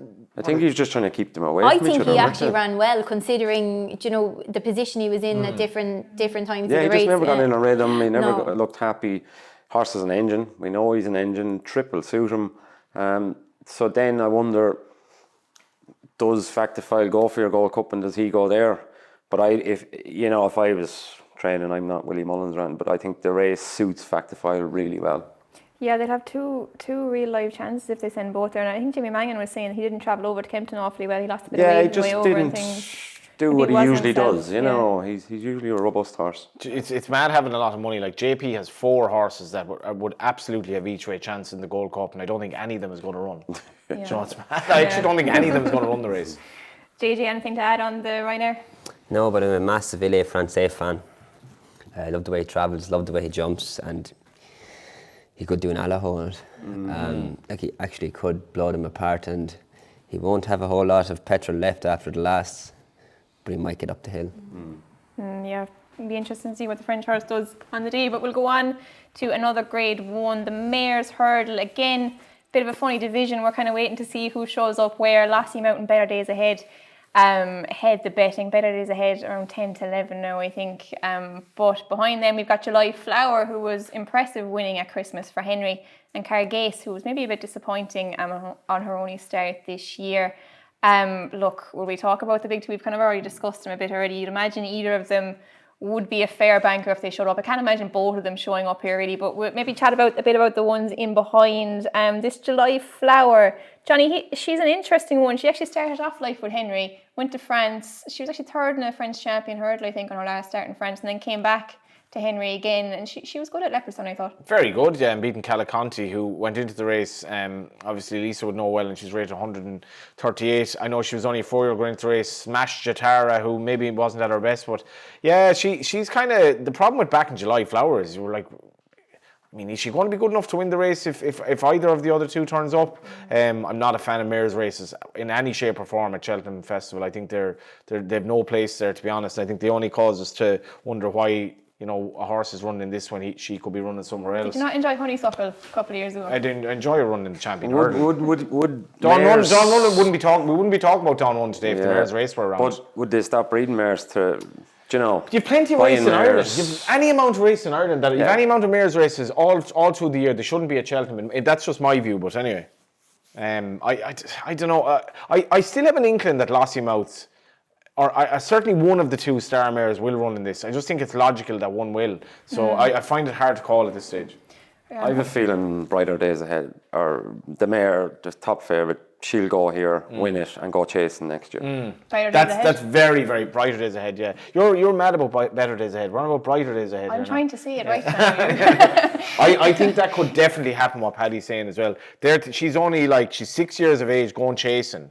So they're like, do we need to bottom her out against Constitution Hill? Yeah. At the same time, though, like, how many horses, like you're saying, going chasing? Like, could she win a champion hurdle? Could she go on and be a top class chase? Like, there's not many that you get that opportunity with. Like, she finishes second in the champion hurdle and gets the guts tore over and doesn't like it anymore, or she can go around there and probably win on the bridle. The only time I backed her was at Cheltenham last year, which is a hell of an effort now by me, in fairness. But I get the impression from Eddie O'Leary, he is thinking trip wise she'd actually be better over this trip as well, and I wouldn't necessarily disagree. I think Gordon would love to run on a champion. I agree with I'd say that. as a trainer, you'd say, Jesus, a champion hurdle horse. Yeah. But I'm pretty sure you won't change Michael or Eddie's mind on I think anything. as an owner, though, you'd love to have a champion hurdle horse as well. Yeah. You don't get the opportunity too often. Like. That's they're how often do they thinking come around? Gold Cups with her. How does that What work if she doesn't stay 3 miles? Well, say if Eddie and Michael say we want to run her in the mares race, but Gordon is like, no, I want to run her. Is there any She sort runs of... in the mares race. Yeah. it's not like that in every yard. Do you know what I mean? Yeah. I think it should be up to the owner, but you know. Well, they do pay the bills, so you know. But just chat about a couple of other ones, I suppose. Brighter Days Ahead will be hard to beat if she goes there. But Calaconte, is she likely to go here as well, Lisa?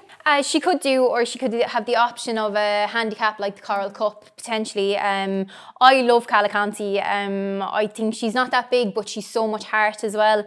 And if she did line up here and maybe the top two weren't in it, like she could have a good chance of finishing in the first 4 there. You know, she's plenty of guts and she come up that hill really well as well. But yeah, it's kind of up in the air at the moment whether she'll line up here. She'll have an entry in a couple of handicaps as well, potentially the Coral Cup. Yeah, it's kind of seeing where she'll win, I suppose. But her form, she was behind July Flower, but she was giving her 4 or 5 pounds that day, so like she wouldn't be too far off her. I thought it was a really good run by her the last time. That was her first step up in trip as well, and she actually ran. Look, she's really good form. Her form ties in with Cargeese as well. She beat Cargeese also before. Like I mean, it's a hard enough race if neither of the top two show up to try and pick a winner. I thought July Flower was a kind of surprising enough winner the last day. I think Lotta Joy jumped out and went a good gallop that day and kind of faded away tamely enough. But yeah, I think it's a race that I'll sit and wait till we see the declaration, see what happens. Yeah, it's hard to make a judgment this far out. But JJ, I'll go to you. Where would you run by her days ahead? Oh, sure, you'd have to run her here if you want the winner in Cheltenham. Yeah, but I think she'll go for a champion hurl myself. But yeah, if she well, it would be a great race between her and Lassie Mount. Yeah, that would be fascinating to watch, and I wouldn't be sure which would win. But logically, if you were wanting the winner, I go for that race. Yeah, it probably makes sense, right? But even if the two mares happen to show up here to still be one of the races of the week as well, so But thinking of races thinking of Constitution Hill taking on State Match, that race is gone then. Like that race is no interest. So like I got into racing around the time of Brave Inca, Archibald, Hardy Eustace. Like the build up in my head to that race where you could really give them all a chance, and the race panned out exactly then almost as you'd expect. With like imagine if and you want the mares to be there. Constitution Hill is the Brave Inca's that sort of horse. Yeah. He's plain, but he's very, very good. Yeah. He'd probably win over 3 mile as well. But we haven't produced something like that to take him on. You know, we haven't got a slugger. But mares get a following as well. Like mares, like people really latch on to mares like Honeysuckle. If Honeysuckle were a gelding, she wouldn't have had the same. Yeah. You need to be running them against the geldings. Like I made this point a million times. If Dawn Run were around running the mares hurdle, nobody would be talking about Dawn Run now. Yeah, I'd imagine if they both show up, you'll be doing like an Animal Aid type protest outside. Probably looking for a few quid as well, actually. But we'll move on anyway. I think the cross country was next on the list. Obviously, going back to the handicaps now, so we won't go into it in too much detail, I suppose. But Lisa, you're the obvious one to go to here. Gordon always has a real strong hand in this. And this year is no different. How are they lining up this year? Yeah, good. They're lining up. The likes of Delta Work should go there. Galvin will go there as well. Again, he had a prep run in the Up the Air Challenge in Punchestown there a couple of weeks ago also. Last year, the year before actually, Delta Work has won this the last 2 runnings that it's been run, because it wasn't run last year. But he carried 11.7. I think top weight in it this year carries 11.10. I know maybe he's going to give away weight to younger horses or unexposed horses, but going on his career so far, it's hard to oppose him. The only thing I'd oppose him with is Galvin. If the ground turns up soft, I'm going with Delta Work. If the ground turns up good, I go with Galvin. Very good. And JJ Joseph has a couple in here that could go as well. Fekajadaris and Bustleton, would they be likely to show up? I'd say Bustleton is, that's very much on the agenda for him. He ran well there yesterday in the Boyne Hurl. He's had 2 spins around there in the winter time, and he seemed to enjoy himself. And he's one for a bit of better ground now. That suit him, and he should be, he's nice lightweight, and his back will bring him closer to those very good horses. But I'd love to ride him. I'd have plenty of sport on him going around there anyway. And the cross country, it's something a bit different, I suppose. As a jockey, do you enjoy riding around it? It's Yeah, there's nothing better, to be honest with you. I really enjoyed him. Punchestown, if you obviously need the right vehicle underneath you, because it mightn't be a great experience if you're in the middle of one now.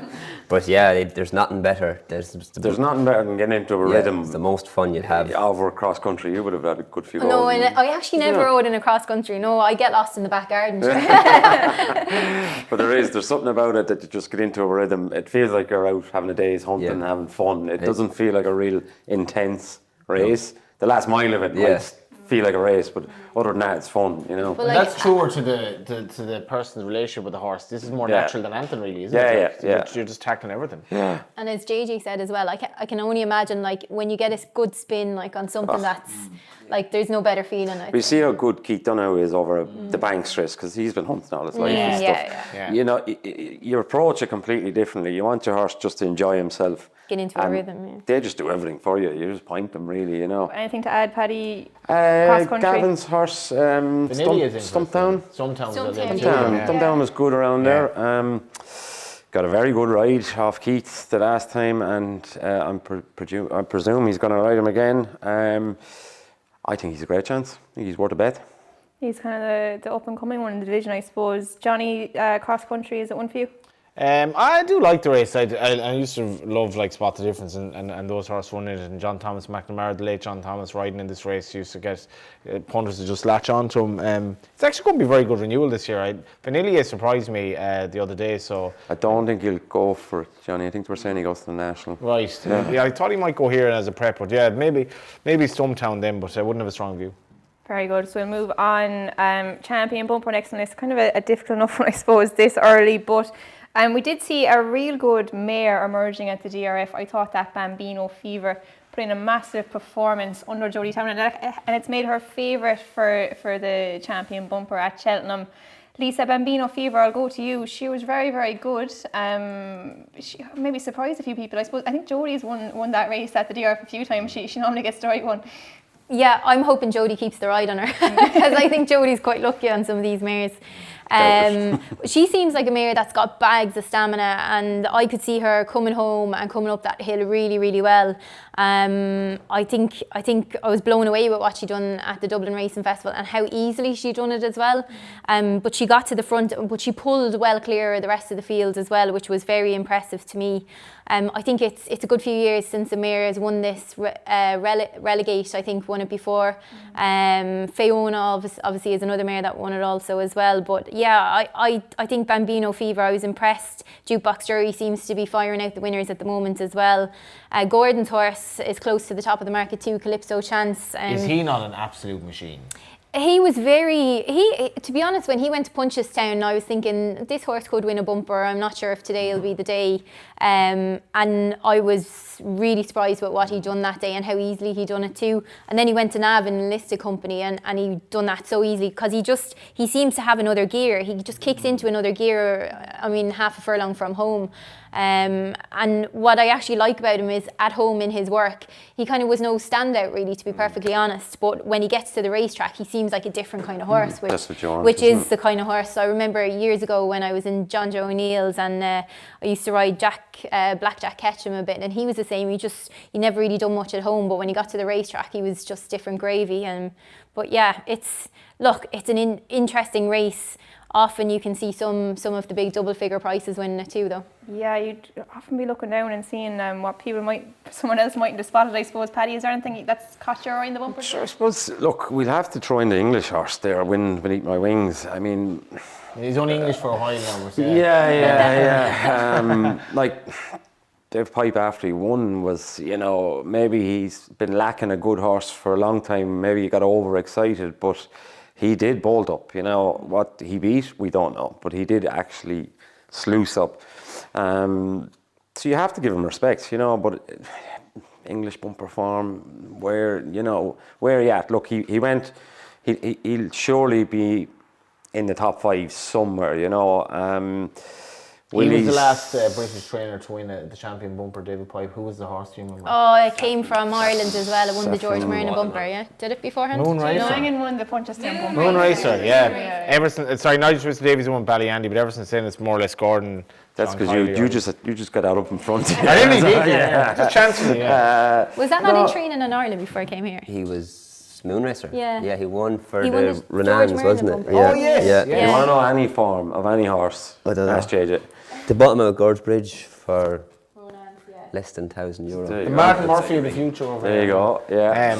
It is kind of hard to know about British bumper form. Yeah, it's so hard. But look, it was very impressive on a good track. And I did think Gordon's horse, when I seen him win in Navan, I thought that's your champion bumper winner. I came away that day, and there's nothing else has kind of spoke to me like that, if you know what I mean. Now that the mare and Jodie were very good in Leopardstown, because the second horse quickened, and she quickened to get to him, and she quickened again to go by him.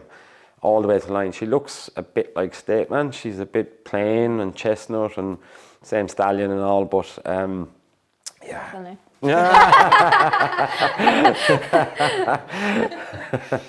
Walked into that one already.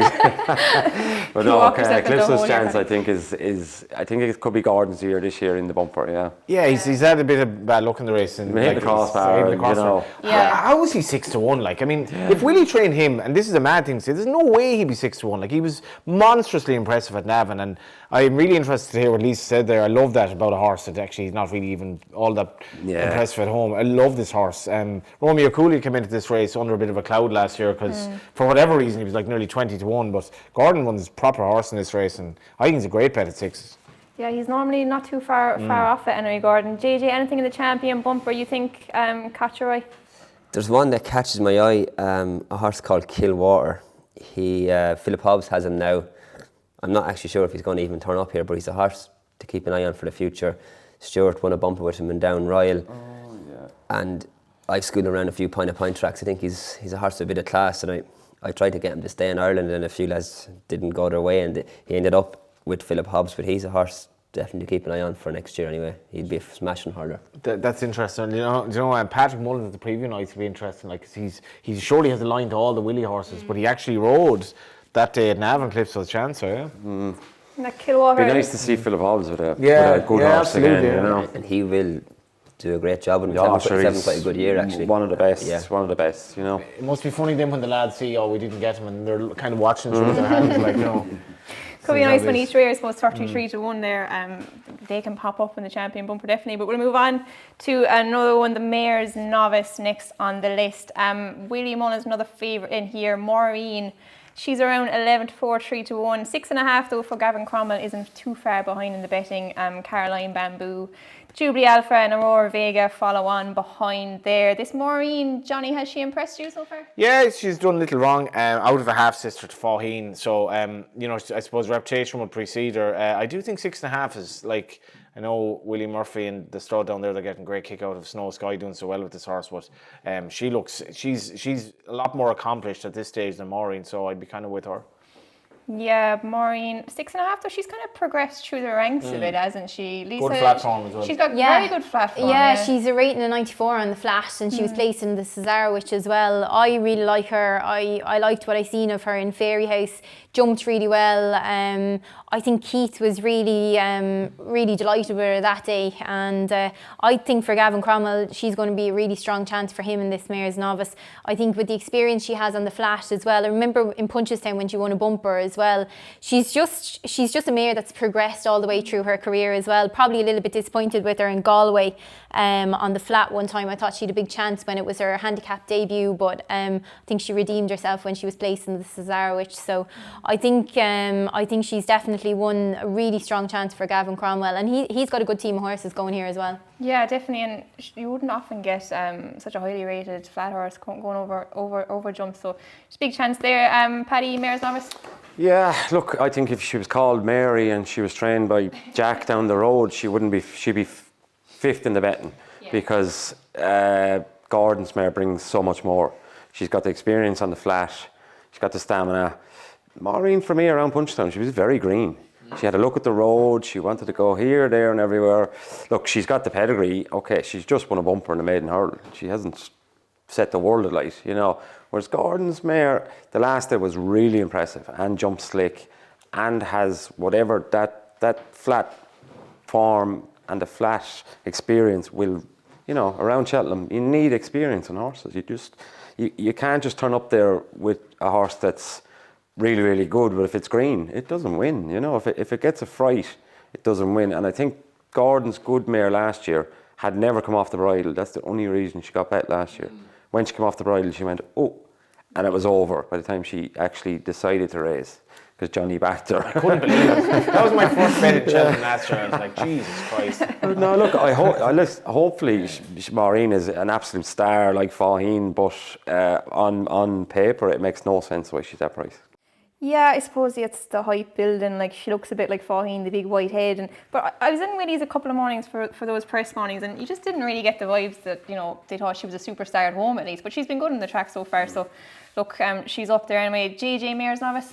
Yeah, I'd love to see 6.5 win it. A great bunch of lads owner there from Dublin, the best of the rest syndicate. They've been in the game a long time, and they've had a fantastic journey with her so far. And as the lads have alluded to, she has a great profile, good hard and flat campaigner. It's going to really stand to her, and it's a fast race, that Mayor's Novice, and you know, they go a gallop in it, and things like you need a good hard mare, and she fits the bill. Yeah, she's got plenty done, and Gavin Cromwell, he'll surely pop up. I think as well, because like obviously her profile on the flat, like she's won a 2 mile flat race, so I think at the end of the day that Mayor's Novice is run on the new course, which is more stamina focused as well. She's going to be coming up that hill really, really well, I think, especially with that stamina she has shown in the background on the flat as well. So yeah, I think she's a big one here. I'd say we're all in agreement there. So Gavin Cromwell's mare will be fairly hard to beat. But we'll go on to the Mayor's Chase. And JP McManus, and again that man Gavin Cromwell, they both have a strong hand along with Willie Mullins. Dino Blue 7-2, she was second in this last year. Bioluminescence 4-1 in the same colours. Only by Night was really impressive, Willie and Cork, she's 7-1. Allegory Devassi and Limerick Lace, last year's winner, follow them in the betting. JJ, I'll give this to you first. It's a tough one to figure out, I think. Dino Blue maybe a bit unlucky in it last year, but she got back to form there, winning yesterday in Navan. What's your thoughts on her? Yeah, so like the Mayor's Chase, it's hard to know, as mayors, as we all know, it's hard to know what way they're going to turn up on the day, like, and Allegory Devassi, her form has been a little bit in and out. I think this is the sort of race that I'd be just sitting down and watching. I wouldn't be getting too excited about having to punt it anyway, if I was allowed. We'll make sure to get that allowed in there. Yeah. But Paddy, you Dino Blue, I think she's probably the class act in the race, definitely. But she was maybe slightly disappointing in her first 2 runs. She's disappointed me this year. She has. Now, I thought she'd kick on a bit from last year. Look, I think JP as probably the winner in it. I don't know which one it's going to be. I'd say whichever one Mark Walsh puts his name to will probably be the favourite. You know, Gavin's mare, and how do we say Bioluminescence. She was second to Willie's in Dancing City in Naas. Wrong in the weight sort of job, so she had a really good run, really nice run, and I'd say they would have been very happy with that. Dino Blue, the other day, she battled hard, you know, and she jumped well. I've got the Devassi mare, she's very hard to catch, isn't she? She's in and out. She's in and out, she has her days, but I would say whatever MP Walsh is riding, that's probably the more fancied, you know. Yeah, I suppose we'd have a good line into Bioluminescence as well, seeing how Dancing City runs. Like you were saying, I'm wrong with the weights when they met that day, but still a very good run. Lisa, Mayor's Chase, what's your thoughts? Yeah, I don't really have a very strong opinion on it, to be honest. I was disappointed with Dino Blue over on her first couple of starts this season, and the fact that tongue tie's been applied as well, a little bit of a concern. Now, I suppose she redeemed herself the other day when she won at Naas, and as Paddy said, she did battle quite hard. But yeah, still a few question marks remain, as with Allegory Devassi, as you said, very in and out her form. You just don't know what way she's going to show up. So like, therefore, I'd probably just side with the likes of Bioluminescence. I think she's a young novice progressing in the right direction, and I loved the way she jumped in Limerick on her first start over fences, and I liked what she done in Naas as well behind Dancing City. I mean, there was a pound in the difference between them. Thought that was a good performance. Johnny, last shout in the Mayor's Chase, anything for you? Colin Murphy seems to think he can get Impervious back. I've no doubt she's the best of these, so I'd be happy to take a chance on her. And it's not like I'm preparing a mare, I'm preparing this horse to get back for Cheltenham. He's preparing a horse to get back to win a mare's race. And with respect, it's a mare's race. It's not a massively hot race. Most of these have their limitations, and she's the best of them if she can get her form back. She's another JP McManus one to show into the mix. He'll have a fair strong hand in that one if they all show up. Yeah, whichever one Mark Walsh rides should be fairly informative there. But we'll go on to, I think, the last grade one. We're going to chat about the Triumph Hurdle. Rare enough, I suppose, we've been talking for a while now, and it's always been the Irish trainers dominating these races, but the UK have a very, very strong hand in this one. Nicky Henderson introduced Lumbala, I can't say that, but he's 7-4. He was really impressive. East India Dock then as well for James Owen, he's 5-2. Hello Neighbour, the first of the Irish in the betting at 9-2. Paddy, I'll go to you first. This Nicky Henderson juvenile, he has that star factor about him, doesn't he? He does. He's a big price tag about him too, you know. So he's been a talking horse. He won well first time out. East India Doc is probably, if you've seen him in the flesh, you wouldn't be mad about him. He's a bit leggy, and I was very impressed with him in the last day. He actually hung quite bad. If you watch the race, he's always on the right rein, and jumped away well and done all the donkey work. And you thought, top of the hill, is he after going a bit too quick? He just kept flicking his ears and quick into the back of the last. Hello Neighbour is a smasher, isn't he? Isn't he a lovely horse? It takes a fair horse to win a graded race first time over hurdles around Leopardstown. It takes a hell of a horse to do that. And I think they're plotting for Cheltenham. You know, I don't think he would have been fully round the last day. It was another teach him job. If he won, happy days, but make sure he does everything right. Switches off, jumps, which he did. Gavin's flying. Gavin's training in the last 2-3 years has really gone up, you know, up a notch. Anthony runs in. Any horse he has at the races, he's become like Willie Mullins, you know, you're afraid of it. At the price, I'd go with Hello Neighbour, honestly. He's got a flat form, staying flat form. He looks like he'll stay further in time, which is probably what you need for a triumph. Beautiful looking horse, doing everything right. The favourite has done nothing wrong, but has he only had one run here? Yeah. You know, one run, so that's a disadvantage, you know, with the couple of horses behind him in the bed have had a couple of runs. Just like the way Gavin's been plotting away with this fella. Interesting. Yeah, Johnny, you actually put him up as an anti-post bet at the start of the year, 33-1, which doesn't look too bad now. He looks a very, very straightforward horse. I know they had the hood on the last day, but still, he just goes out and he does it. He maybe a little bit keen the first day, but looked good in Leopardstown last time. You sitting happy on your anti-post? Yeah, I think it's the only bet I've had with Cheltenham. He's a half brother to Wave the Sea, and I didn't think he'd be coming up here. He's won his grade 2, he's won his grade 1, and there are two British horses actually short standing in the market, but it kind of is that type of year. I'm still very happy with him each way. I actually am a massive fan of East India Doc. For a stayer on the flat, he travels and jumps really well, but I totally agree with Paddy. Like Gavin has really focused on being the best trainer he can be in recent years. He's really sorted everything out he can.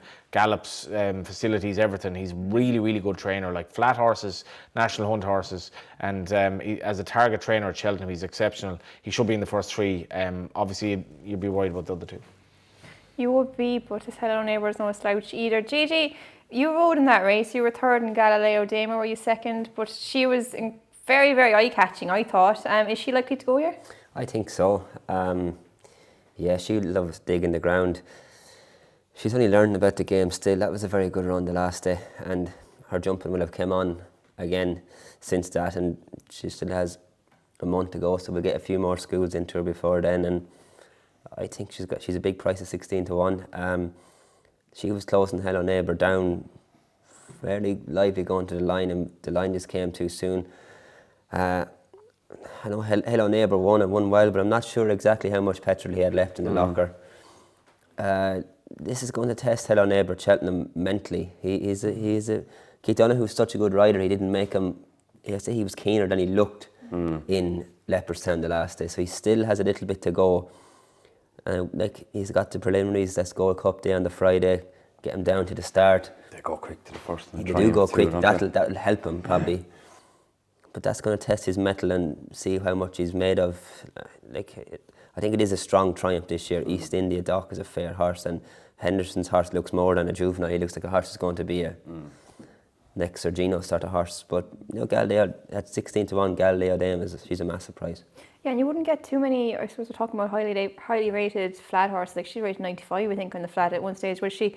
And going here, even you kind of changed tactics. Then the second day, you kind of jumped out handy first day and maybe dropped her in a bit this time. Was that just to get her to learn a bit? Or?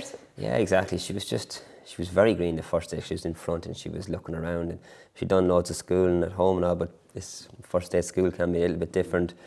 Yeah, the second day we were just educating her more and having her coming forward, and we thought the best way of getting her to run as well as we could was by dropping her in, and she came home really, really well. Yeah, looking at that, you'd imagine she could be flying up the hill after the rest of them. So big price. Yeah, and that track on the the Friday there's 2 hurdles and the last 6 furlongs, a lot of galloping, a lot of staying. She won't mind a dig in the ground. Faster they go, the better for her. She'll be an uncomplicated ride, I think. Nice each way shout there. So in the Triumph, Lisa, what's your take on the picture? Obviously, the UK really strong challenge, but the Irish horses can't be ruled out either. Yeah, I think like I was impressed with what Lou Lamba done on his first start. I suppose when we seen him on this over in Ascot. The only thing I take away from his form, I know he probably done it at his ease, but the third horse has come out and won over hurls since, and actually has a handicap rating of 118, and he beat him by 6.5 lengths. So I know Lou Lamba done it at his ease, but I mean, if that brings a bit of context to it, you know, I'd be siding with Hello Neighbour, to be perfectly honest. I like him. I like what he's done. I think he brings the best form to the table. I don't know if he was idling a little bit when he got to the front, maybe in Leopardstown that day. I do agree with JJ. Keith is such a good rider that he was probably keener than he did look in Leopardstown, but I think he's learning all the time, and I think the Hood was a big asset as well in Leopardstown the last day. He has won over 2 mile on the flat as well, so I don't think coming up that hill will be too much of a problem for him. As Paddy said, like, I was on that day in Leopardstown over Christmas, and I think I went back through the form of that juvenile, and I think he was the first horse in 8 or 10 years to actually win on his debut over hurls. So that's a fair statement in itself. But yeah, look, East India Doc is an admirable sort. He'll I would imagine, jump and go forward. But yeah, I'm a Hello Neighbour fan. I'm going to stick with him by Harzand as well. I think it's a sire that's really making a statement at the moment too. Yeah, he's going the right way for sure. IrishRacing.com preview, we're all taking on the UK hotpot, not biased at all, I'd say. But we'll go on to, that's actually all the grade ones wrapped up. But we're going to go, just a quick mention of the handicaps. I won't go through every one because it's early yet. But I'll go to you, Johnny, first. Any fancying the handicaps, Cheltenham? I like backing Alien in the Fred Winter. He'd probably run into something maybe better handicap. I really like his profile on better ground, toughed it out at Naas. Answer to Cave as well in the novice handicap for Terence O'Brien. Ran really well in the Martin Pipe last year. Quite like him. So there'll be 2 for me. It's obviously early days yet. Very good, Lisa. Yeah, I'm going to take Johnny on in the Fred Winter, actually. Wendrock, who actually beat Galileo Dame when he won his maiden hurl at Leopardstown. I think he might come in with a nice handicap mark into that. And also Total Luck of Gavin Cromwell's in the same race. I was taken by what he done in Punchestown the last day, coming home nicely. Yeah. And maybe, I think, just a random one as well. Lark in the Morning, maybe JJ will tell us a bit about him, but he could be, I'd say he could line up in the county maybe. He won the Boodles last year and he's been lightly raced since. I'll ask JJ next, but I have to ask you about Woodoo. She got some form boosts at the weekend. Is she going to go for a handicap at the festival? Yeah, I think the Martin Pipe potentially is the plan for her. She'll have an entry in the Coral Cup as well, but look, sure, she's got course form. She's a mare that's going the right direction. She's done nothing wrong so far. She beat Nürburgring or in Listowel, I think, last year, the year before. But yeah, no, her form got a good boost. Yeah, she's a winning machine. I think 6 out of 6 over hurdle so far. She'll be exciting. But JJ, go to you. Lark in the Morning, Lisa mentioned, just a note on him. Yeah, sure. The county is the plan. He's been difficult to train, I suppose. Well, all the way along really. But yeah, the county hurl is a massively competitive race. But look at it. I still think his handicap mark will allow him to have a good chance of going very close in it. But a county hurl, you know, God knows what would happen, but if things fell his way, they'd have a good chance. Anything else for you, the likes of Nürburgring? Jardins in the 2.5 mile handicap. Second in Para Pass, I think he's rated 142. That's in England. He's 137 in Ireland. He's a hardened horse, a good jumper, a good traveller. Yeah, he could run well in that. Jardins in the 2.5 mile. Paddy, anything for you? Yeah, probably the biggest plot job of the whole lot. Iroko. In the ultimate 176 words to come to run and come to the last day. I mean, like, fair play to John Joy. He tried to lose his iron. He tried to run into the back of every horse in the race. And to be fair, he done a good job making it look like, you know, but he was called in the stewards' inquiry. He should have gone very close to last day, so he looks like a horse that I will be having a bet on. Yeah, I can imagine he'll take a bit of stopping when he gets going in a handicap, I suppose. But that's kind of everything wrapped up. Just before we go, I'll get a best bet of the festival from all of you, and I'll start with you, JJ, down the bottom. Oh, Constitution Hill. Good odds there, JJ. But he's going to win. I'll stick in Galloping with John Bonn and Constitution Hill. Put them all in together. Very good, like that. I'm going to lay you that. I'm going to turn up here and give him, yeah. I'm actually similar to Paddy, Galloping the Champs, John Bonn as well, and going to go for Brighter Days Ahead wherever she shows up. Very nice. And Johnny? Calypso Chance in the bumper, I think, yeah. Calypso Chance in the bumper, very good. So hopefully we found a few winners in the last hour and a half or however long we've been going on for. And thanks everyone for tuning into the show. It's been a pleasure to present with this brilliant host of guests. Thanks for tuning in, and make sure and like and subscribe if you enjoy the content.